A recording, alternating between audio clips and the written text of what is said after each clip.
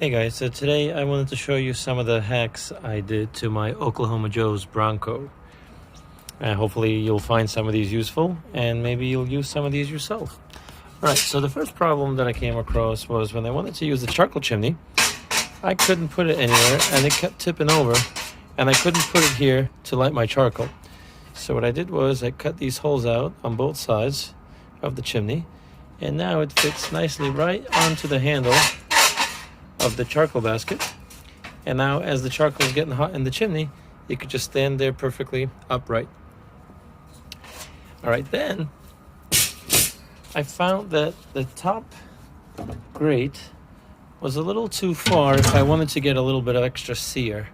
So what I did was I cut right here, I cut the crossbars on both sides, and now I could put the top grate right over the charcoal like that, and then I could get a super nice sear if I wanted to. But the problem I was coming across was that if I was cooking really fatty meats like lamb or New York strip steaks, the grease would drip right into the charcoal and it would start grease fires, and I had nowhere to move them because the space around is a little too small. So that's where I came up with my other hack. So what I did was I got the second grate and I put this expanded metal sheet, just attached it with some metal wire, and now I put my charcoal directly on here and I got these insulating fire bricks. Now what's important to note is that these are not regular fire bricks, they're insulating fire bricks, so they actually get hot on this side and they won't get hot on that side. So what I do is I bank all my charcoal on the left, I slow cook my meat here or on the second grate, like so. Right, so I do low and slow on this side, and then when I want to sear, I move them over here, and if they start a grease fire, if they start dripping too much fat, I could just move them all the way back here and let the fire calm down a little bit. Now one of the other problems I was having was that ash was falling through these holes and going all the way along the sides of the Bronco. And the way I solved that problem was by getting the stainless steel dome, cutting out the hole, putting it in like so, and now as the ash falls down the sides, it's redirected into the charcoal basket. So if I'm cooking on my charcoal grate here, all the ash falls through and it's funneled into the charcoal basket, and that way cleanup is a snap. Now for low and slow, it can be a little bit tricky to light the charcoal when the basket is all the way on the bottom of the Bronco. And so what I've figured out that works for me is, instead of using the lighter cubes, I took this regular bread pan, stick a few charcoal pieces in there, use a blowtorch, get these heated up, takes maybe about 30 seconds, maybe less.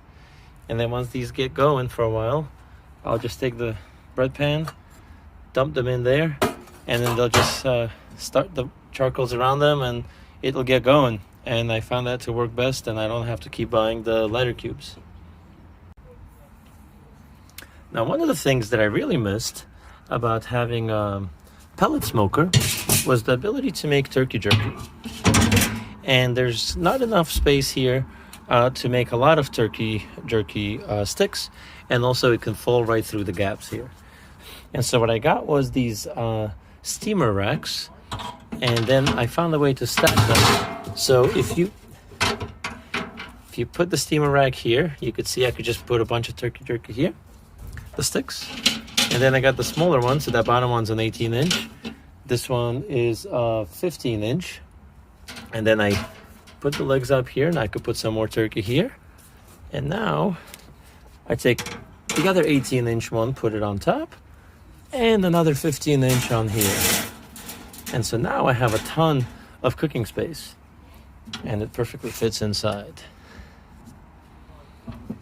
Now also I have this automated temperature controller, which I just attached with some 2-inch PVC pipe.